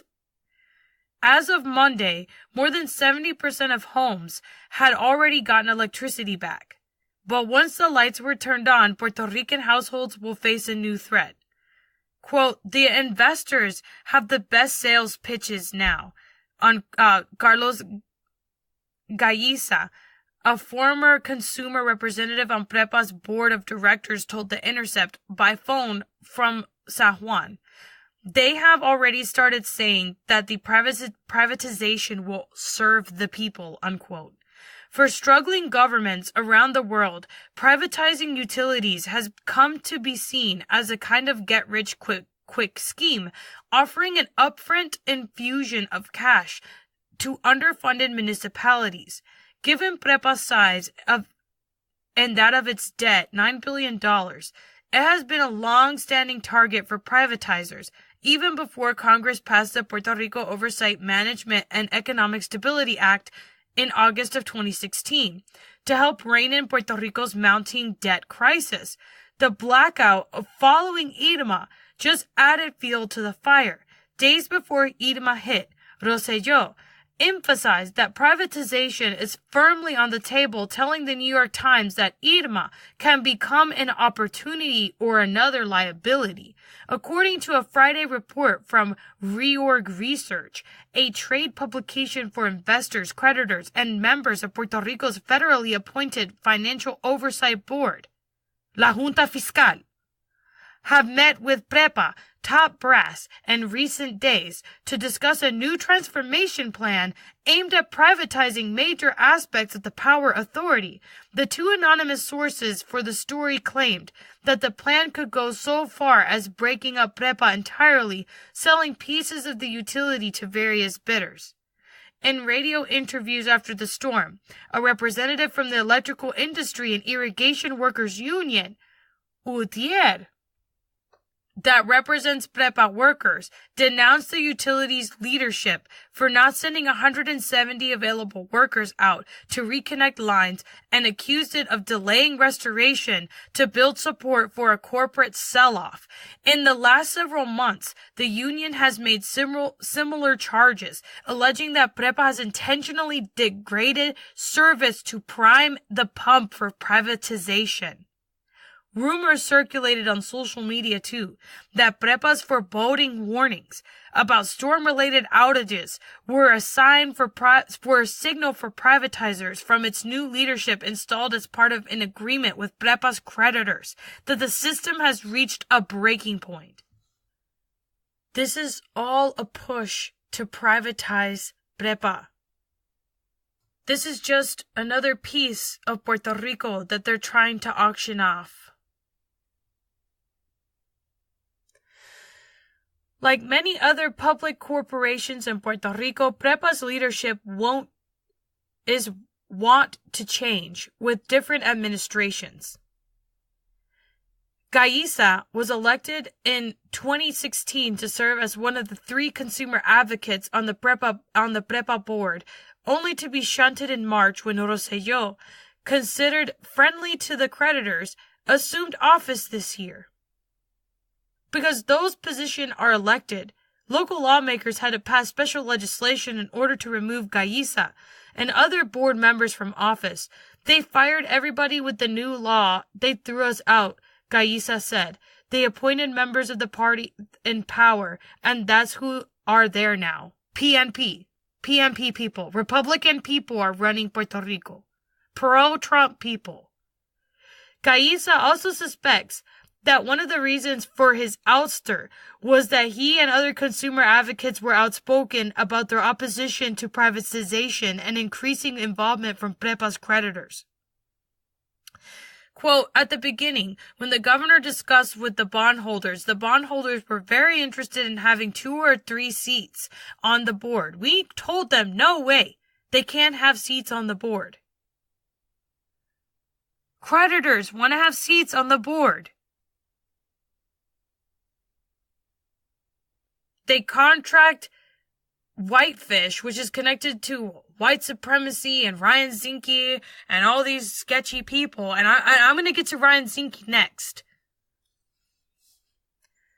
Although the buzz about privatization picked up in the lead up to the aftermath of Irma. So this is before Hurricane Maria hit. And I just want to tie it in to the other story that was published on The Intercept about, the U.S. Army Corps of Engineers does not have a legacy of being honest with the American public. Prepa is doing odd, sketchy things because it's $9 billion in debt. The U.S. government is an arm of the United Corporations of America to control the people and the masses and to keep them in place because we already live under a fascist regime. Pretty much. We live in a corporate fascist regime. This is what capitalism is. This is what it looks like. Although the buzz about privatization picked up in the lead up to and aftermath of Irma, it's been on the agenda for years. Lisa Donahue, a consultant enlisted by Prepa to restructure the agency's debt, floated the idea before Congress last year, and governors of Puerto Rico have discussed privatization as far back as 2012. At the end of July, 4 of the 7 oversight board members penned a Wall Street Journal op-ed titled "Privatize Puerto Rico's Power," published just after the body had rejected a restructuring proposal from Prepa. We believe that only privatization will enable Prepa to attract the investments it needs to lower costs and provide more reliable power throughout the island, the authors argued. By shifting from a government entity to a well-regulated private utility, Prepa can modernize its power supply, depoliticize its management, reform pensions, and renegotiate labor and other contracts to operate more efficiently. By building on existing legislation, Promesa grants the board legal authority to do it. Act 76, passed by Puerto Rico's legislature in 2000, allows governmental bodies to bypass certain permitting processes during a state of emergency. It also allows the governor to amend, revoke regulations and orders, and rescind or resolve agreements, contracts, or any part of them, so long as the state of emergency is in effect. Rosselló invoked Act 76 to issue an executive order declaring a state of emergency for the U.S. territory's energy infrastructure in January 2017, then issued a continuation of that order in early July. Title V of Promesa essentially extends the expedited emergency permitting process established under Act 76 to any of the critical projects outlined within it, which are required both to address an emergency and to have immediate access to private capital. Any agency that receives a critical project's proposal is required by law to put it through an expedited permitting process. The revitalization coordinator, a position created by the Oversight Board under Title V, must then submit a report on the project's necessity and a recommendation to the governor, after which point the public has 30 days to comment. The revitalization coordinator is further charged with responding to those comments and relaying them to the Oversight Board within 5 days of the end of the comment period.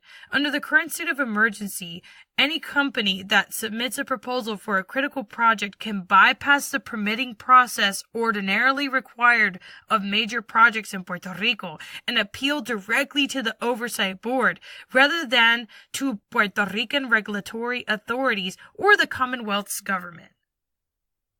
Whitefish Holdings. Cobra. Do you see the second-class citizenry that is to be Puerto Riqueño? Title V is a blueprint to transform a public utility. There are interests who are already knocking on Congress's door to take on the issue of PREPA. When you have a body like the board that is only accountable to Congress, companies and individuals that want to invest in Puerto Rico aren't going to lobby the government of Puerto Rico, said Deepak Lambanieves, the research director of the Center for New Economy, a Puerto Rico-based think tank. They're going to lobby Congress. As Lambanieves suggested, the origins of Title V might explain why it's so friendly to private interests and especially to energy companies who have an interest in getting in on the ground floor of PREPA energy generation. This most recent privatization push is taking place in the midst of a broader economic crisis in Puerto Rico, which is facing $74 billion of municipal debt. How did that happen? In a nutshell, corporations flocked to the island for years, thanks to a series of tax incentives, and public agencies there eagerly issued bonds to creditors who would collect a subsidy for buying then come tax season. Those incentives came under assault in the mid-90s, and as they faded, manufacturers' interest in the island faded too, due to a series of lingering and idiosyncratic tax breaks. American investors, hedge funds, mutual funds, and individuals kept buying up bonds from Puerto Rico that were by then considered junk, without much concern for just how dire the island's financial institution was. All this reached a breaking point in a 2006 recession that the global recession 2 years later only exacerbated. Before long, the Commonwealth was having major problems paying interest on its loans. But for reasons that remain a mystery, Puerto Rican public institutions have not been allowed to file for Chapter 9 bankruptcy since 1984 because much of Puerto Rico's debt is owned by a coterie of American creditors. However, the Puerto Rican government and agencies therein can be sued in the American legal system for non-payment. That's part of why hedge funds spent so much money to keep the anti-bankruptcy statute in place when debates around Puerto Rico's debt started coming to a head in the Washington Post crash. As lawmakers discussed the debt crisis, the funds poured millions of dollars into lobbying efforts and a string of front groups. One such outfit, dubbed Main Street Bondholders, was allegedly comprised of small bondholders from across America who are committed to a policy process that returns Puerto Rico to a sound financial management. To avoid a default and a war between bondholders and the island's government, Congress last July passed PROMESA. The law endows a federally appointed Financial Oversight and Management Board with broad authority to restructure the island's debt and raise revenue. Among its powers are the ability to break union contracts, cut pensions, and take control of public assets. This isn't about people. This isn't about taking care of the people of Puerto Rico. This is about making them quote-unquote true Americans, which is just feeding into this neo-colonial, neo-feudalist system that has already existed for centuries. Like, nothing has changed. We live in a modern era with, like, new technology, so we live more comfortably than people have in the past. But at the same time, our lives are completely hectic and in disarray because if we don't pay the local dukes and duchesses their taxes, and the local kings and queens and lords and ladies and knights, if we don't pay out the people that we need to pay out, if we don't, it's like a chessboard, the current state of affairs of what has always been. It's not even a current state of affairs. It's always been this way. The elites have always been controlling the wealth, and there has always been houseless people. And even in socialist countries, there are people living out in the streets because the elites want to hand out crumbs and they want to steal resources from Africa, and they want to have people like Trump in office who quote unquote say it like it is, because they're all colonizers, because they really lack empathy and they really could care less about our lives. That's that. The article continues. Like austerity measures elsewhere, Promesa was passed amid tremendous controversy just before it went to a vote on Capitol Hill. A majority of Puerto Ricans were found to reject the creation of an oversight board. Many see it as a colonial power, one of many in the island's long and fraught colonial relationship with the U.S. government that has severely limited Puerto Rico's autonomy and democratic structures. It's easy to see why. Though its authority officially circumvents that of the Commonwealth governor and legislature, only one of the board's 7 members is required to be from Puerto Rico. The Puerto Rican governor is technically a member of the board but cannot vote on any of its final decisions. So Ricardo Rosselló, for the general public to know, cannot vote on anything. He's just like a constitutional monarch. He's just there. He's just a pretty face to look at. Like he has no political power at all. Protests have continued since Promesa's passage against various austerity measures, including a massive student strike against university privatization this past May.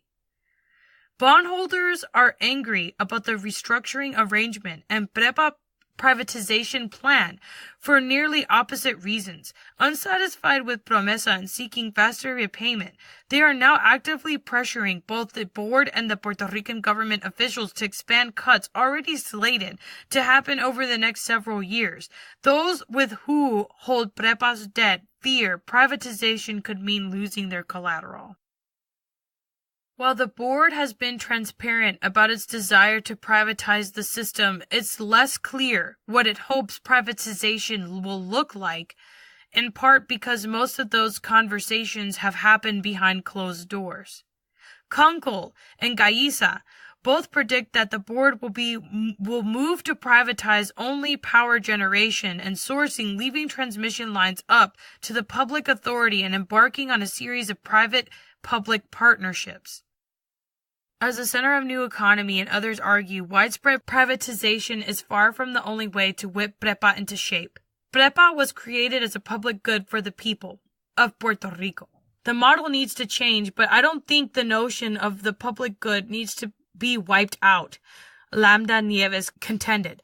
We're all in favor of restructuring the debt, he added of CNE. But what you need to be thinking about is economic growth, not how you focus on how to appease specific bondholders. It's not as if PREPA's existing experiments with privatization have been success stories. The utility currently purchases around 30% of its power from 2 private sources, as AES coal plant in Guayama and a natural gas plant in Piñuelas, owned by the Spanish company Ecoeléctrica. AES sparked a major fight in the area and abroad for the plant's dumping of coal ash, which can seep into waterways and cause a number of health problems. Post-Irma, UTIER, the PREPA Utility Workers Union, denounced both of the private providers for shutting down during the storm to protect their infrastructure, restraining both public providers and the unionized workforce. Were large swaths of PREPA to be privatized, it's also likely UTIER would be disbanded. So that's the thing, like, this is a union, and, if it's not predominantly white people, most unions don't care. And then the unions are so weak in the United States, the unions are literally a joke. Like, I've worked for union shops and in Kentucky, and they're a joke. You don't get paid what you deserve to get paid. You don't get breaks that you deserve to have, and you cannot complain to your union rep because your union rep is your supervisor, and your supervisor doesn't give a crap about you. Your manager doesn't give a crap about you. They only care that you showed up for work and that you're working your butt off and you don't get paid what you deserve to get paid and you don't get the breaks that you deserve to have and you can't complain to anybody. The article ends, "For now, Prepa's fate rests with the courts and in the clouds. If the storms now brewing in the Atlantic are any indication, it'll have bigger problems than either its creditors or the oversight board in the not too distant future." And guess what? It does. This is before Hurricane Maria hit. We started the episode off with the reality that Puerto Ricans and people of color are facing in this country and how we are second-class citizens and how people are mistreated. And then the middle part of this episode, we talked about the Army Corps of Engineers and FEMA and white supremacy and how all of these are interconnected and how they're not there to help the Puerto Rican people, and that this isn't the first hurricane that has ravaged the island, and that the United States has swooped in and taken over our jobs and taken over our land and taken over our crops and our agriculture, and it's being set up perfectly for them to do it again. Right. That's how they established Domino Sugar. That's how they took over our agriculture. And that's how these U.S. companies, the corporations, United Corporations of America, that they've been doing this for a long time. It's not Alec. They've been doing this forever. The elites have been, they have old money. They just rename a brand and that's that. Like they change the company name and that's that. They move on with their colonizer selves.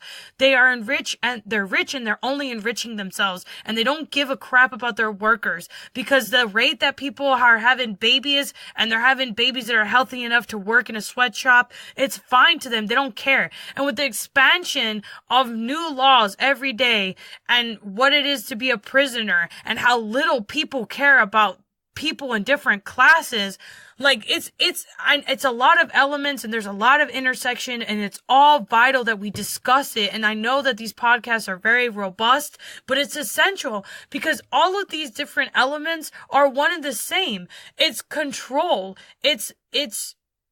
You talk about liberation. This is liberation for all people.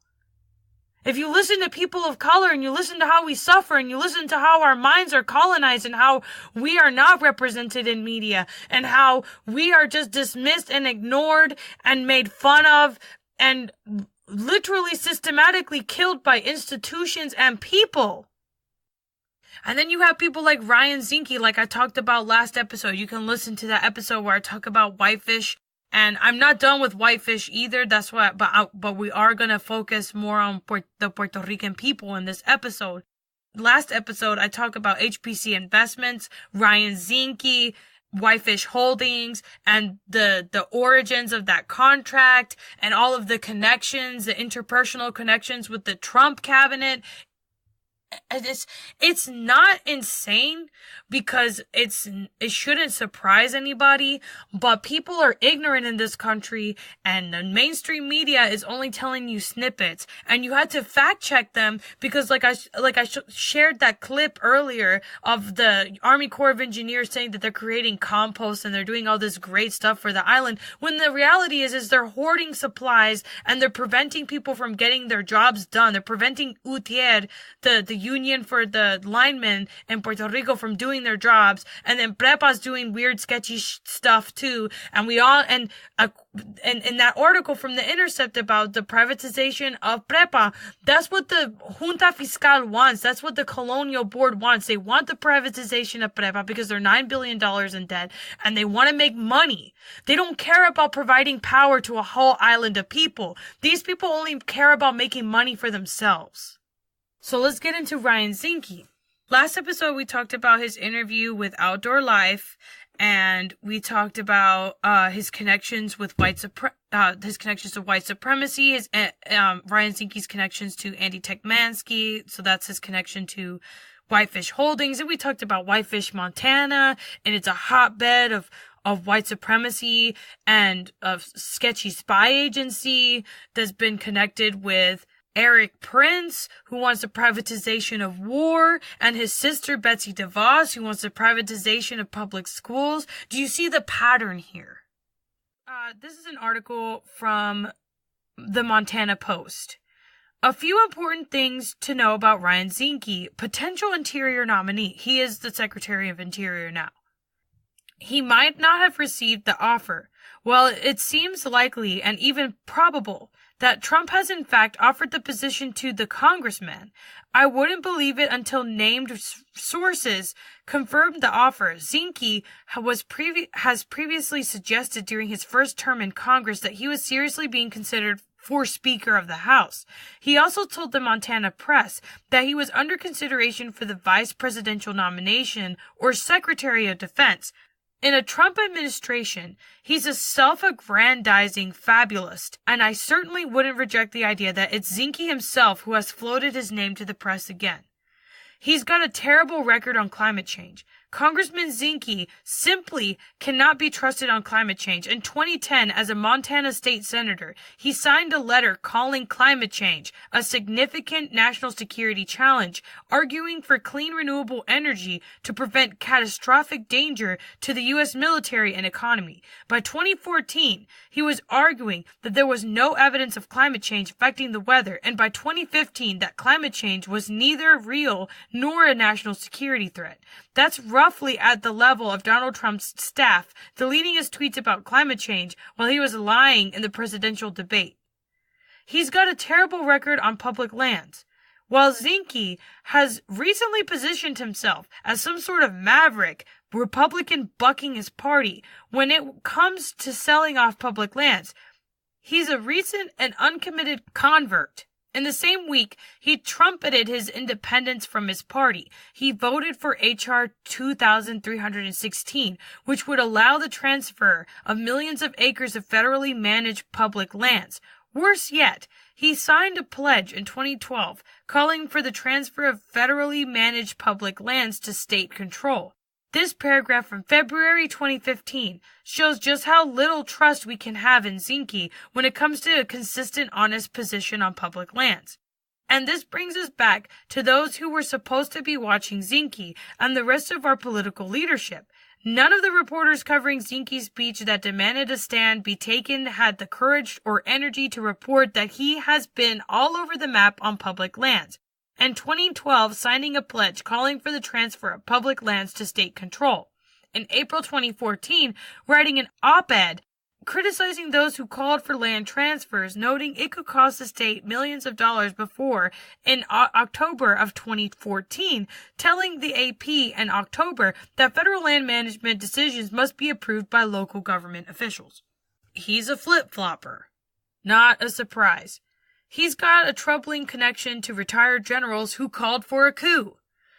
The least covered story about Congressman Zinke has to be his association with retired General Paul Valley, who called for a coup against the federal government, prayed for a terrorist attack against the United States to lead to the overthrow of President Obama, and offered up the idea that he might gather thousands of patriots in Washington to conduct a citizen's arrest against untold dozens of people in the federal government. None of this prevented Congressman Zinke, who has repeatedly been connected to the general, from hosting an event for him and an accused crook at his office.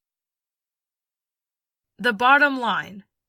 I'm sure there will be a tendency in the press to explore Zinke's more colorful foibles, like his calls to invade Mexico, his endorsement of torture, his decision to call Hillary Clinton the Antichrist, his exploitation of the SEAL logo, or his repeated dishonest assertions about Benghazi. But there are a dozen substantive reasons to reject Congressman Zinke for the Interior post, which he has now. He is the Secretary of the Interior. And wouldn't it be amazing to see the national press step in and actually vet Zinke, something that absolutely didn't happen in his race for Congress? If nothing else, perhaps someone can get him to explain his penchant for praising tyrannical leaders who torture. Yeah, Ryan Zinke praised Saddam Hussein. Here's the clip. Immediately had a failed state, and it's a failed state today. From a person that actually was in Iraq, because I was a former SEAL team commander. What Donald Trump said was Saddam Hussein was a bad man. On one point, on terrorism, he was good at it. That's what Mr. Trump says, and I agree. Congressman, Saddam Hussein tortured innocent people on the basis of claiming that they are terrorists. I know this because a personal friend of mine was tortured. And sir, I know Saddam Hussein was a bad man. On the one case about hunting terrorism, Saddam Hussein was good. That's exactly what Mr. Trump said. You cannot say that Saddam Hussein was a good man or that Mr. Trump or I said that Saddam Hussein was a good man. And sir, I fought in that war. And I know he tortured, his sons tortured. So the Saddam Hussein regime, Abu Ghraib was a prison before we got there. That prison was run by Saddam Hussein. He tortured children. He beheaded people. That is the Saddam Hussein region. Donald Trump said Saddam Hussein was a bad man. On the question of terrorism and hunting terrorists down, Saddam Hussein was affected because he was a brute. But he was also tortured innocent people claiming that they were terrorists. And he was a state sponsor of terrorism, according to our own government. Hey, can I say something here? I'm Brian Babbitt from Texas. And look, the news should be Hillary Clinton. So that is an actual clip from C-SPAN, July 7th, 2016. Clip of House Republicans on meeting with Donald Trump. Ryan Zinke, Saddam comments. Ryan Zinke on Donald Trump's Saddam Hussein comments. All right. The U.S. government tortured and waterboarded prisoners from Afghanistan. And what kind of excuse is that? It's horrendous. And then, hold up. From a quick Google search, you can find that torture does not work. So this is the journalist's resource. Does torture work? The research says no.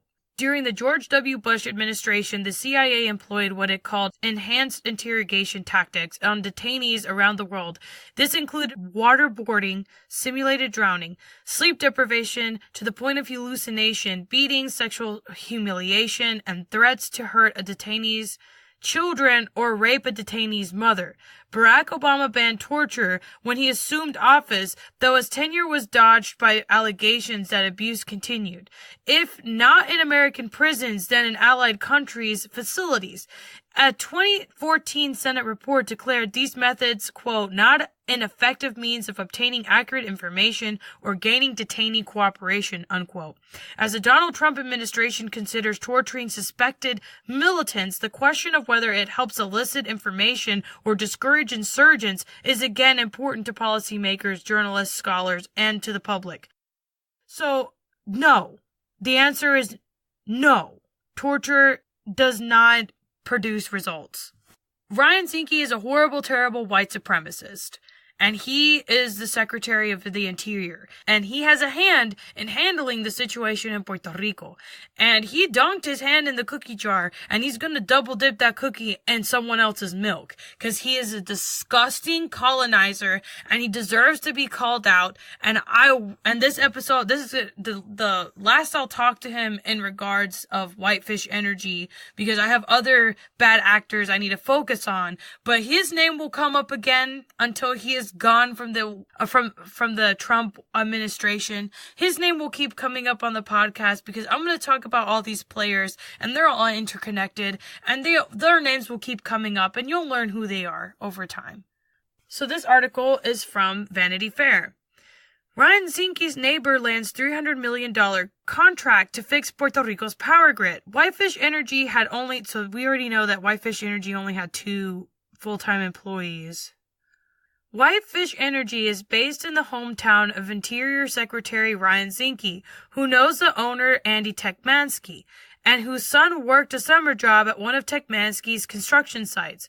Both Tekmansky and Zinke denied that the cabinet official had any role in helping Whitefish secure the contract, which makes the Power Authority's decision odd at best. For one thing, in hiring Whitefish, the Puerto Rico Electric Power Authority, or PREPA, chose not to activate the mutual aid agreements it has with other utilities.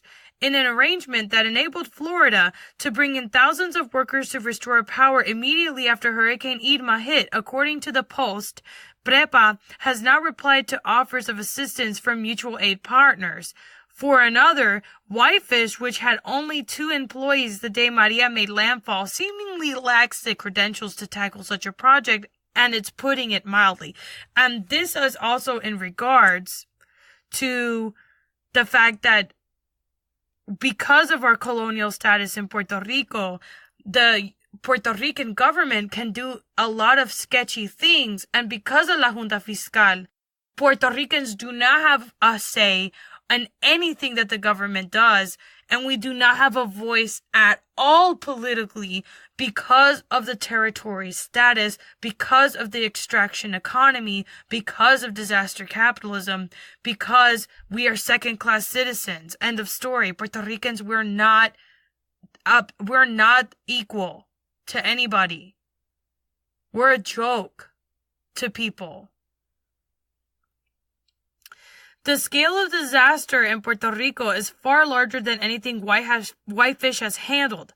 The company has won 2 contracts from the Energy Department, including $172,000 to replace a metal pole structure and splice and 3 miles of new conductor and overhead ground wire in Arizona. Shortly before Maria ravaged Puerto Rico, Whitefish landed its largest federal contract, a $1.3 million deal to replace and upgrade 4.8-mile transmission line in Arizona.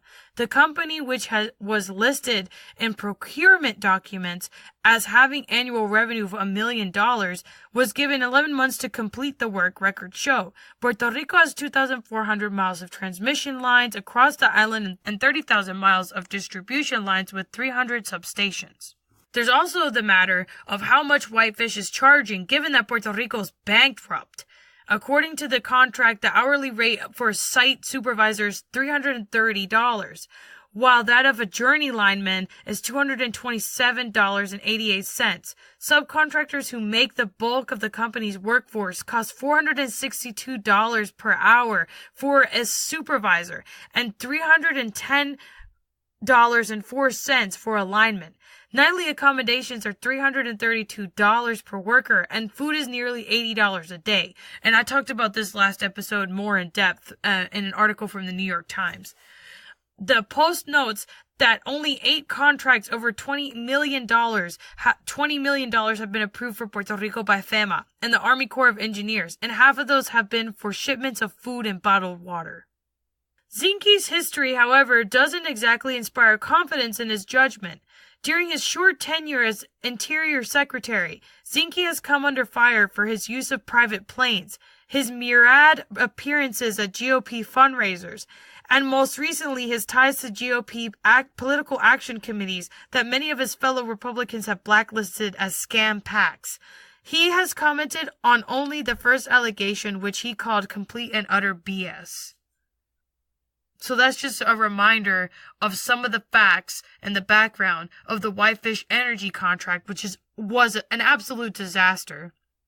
So as you look into these bad actors and you look at them and you're like, oh, it can get worse? Yeah, it can. This is from another article from The Intercept. Trump's pick for Interior Secretary was caught in pattern of fraud at SEAL Team 6. A Montana lawmaker tapped by President-elect Donald Trump to be Secretary of the Interior committed travel fraud when he was a member of the elite Navy SEAL Team 6, according to 3 former unit leaders and a military consultant. In announcing the nomination of Republican Representative Ryan Zinke, a retired Navy SEAL commander, Trump praised his military background. As a former Navy SEAL, he has incredible leadership skills and an attitude of doing whatever it takes to win, Trump said last week. But when Zinke was a mid-career officer at SEAL Team 6, he was caught traveling multiple times to Montana in 1998 and 1999 to renovate his home. Zinke claimed that the travel was for official duties, according to the sources. He submitted travel vouchers and was compensated for the travel costs. 2 SEAL officers, investigated Zinke's records and discovered a years-long pattern of travel fraud, according to two of the sources. When confronted about the trip, Zinke acknowledged that he spent the time repairing and restoring his home in Whitefish, Montana, and visiting his mother, according to two retired SEAL Team 6 leaders. And the future lawmaker eventually told SEAL leaders that the Montana house was where he intended to live after he retired from the Navy. After Zinke was caught and warned, he continued to travel home and submit the expenses to the Navy. The offense would normally have been serious enough to have ended Zinke's career, but senior officials at SEAL Team 6 did not formally punish him. Zinke could have been referred for criminal charges. And don't you think for a second that if he was black, that he would have gotten away with what he was getting away with, unless his parents were made out of gold. In America, the only time your life matters is if you are made out of gold and your backyard is, the streets are paved with gold, there's money trees, and you got red bottoms. That's the only time your life matters to white people. And even then, you're more likely to go to prison. It doesn't matter. Like, if you're a person of color, they want you to be locked up because they want the slave labor. Has nothing to do with rehabilitation. The 13th Amendment is just a legal way for slavery to still continue to exist in this country. Zinke could have been referred for criminal charges or subjected to non-judicial proceeding that would have censured him, likely removing him from the unit. Neither of those things happened, and he was allowed to finish his assignment at the elite unit. While he received no formal punishment, he was told he would not be allowed to return to the elite unit for future assignments. According to the sources, Zinke continued his career, and he was eventually promoted to Navy commander, and the rank he retired at in 2008. According to a former SEAL Team 6 leader, the officer who submitted evidence documenting Zinke's misconduct was incensed that he wasn't punished. 3 of the sources said the lack of formal punishment was part of a tradition at SEAL Team 6 of avoiding scandal and failing to adequately hold its officers accountable for criminal behaviors and other misconduct. So we have a bunch of white people going out all over the place who have never been punished for things that they have done in order to avoid scandal, because the U.S. government is an imperialist arm of the United Corporations of America, and the colonizers don't feel shame. They only care about the perception of what they look like to the masses. Because they don't want those of us in the lower classes to realize that if we actually fought back and tried to gain equality by force, because there's more of us than there are of them, that it would put them in danger. That's why. Zinke was elected to Congress in 2014 as a Republican and was expected to challenge Montana's Democratic senator in 2018. He has spoken publicly about his career, including a book published last month about his time in the Navy SEALs. And see, these people just want to make money too, because if they have bad PR firms, if they get bad PR, they don't sell their books, The book details his deployments in Bosnia in the late 1990s as part of the SEAL Team 6, but does not mention the misconduct that led to him leaving the unit. Neither Zinke nor the Trump transition team responded to a request for comment. So there was an update on December 20th on the story. During his 2014 campaign for Congress, Zinke released his military records, which detailed 2 incidents of unapproved travel to Montana. The June 14th, 1999 evaluation cited lapses in judgment for travel. Zinke told the Missoulian newspaper that the 2 trips were taken to scout for possible training locations and that he was ordered to repay $211 for a flight from Virginia to Montana. Zinke defended his travel to Montana as legitimate, but told the newspaper he was a little aggressive for a junior officer. According to 3 sources familiar with Zinke's record at SEAL Team 6, the training research was the excuse he used for the travel, but later admitted to senior SEAL officers that he had in fact gone to restore his home. Those same sources said there were more than the 2 occasions he cited in his records, and that SEAL Team 6 officers documented multiple incidents involving fraudulent travel.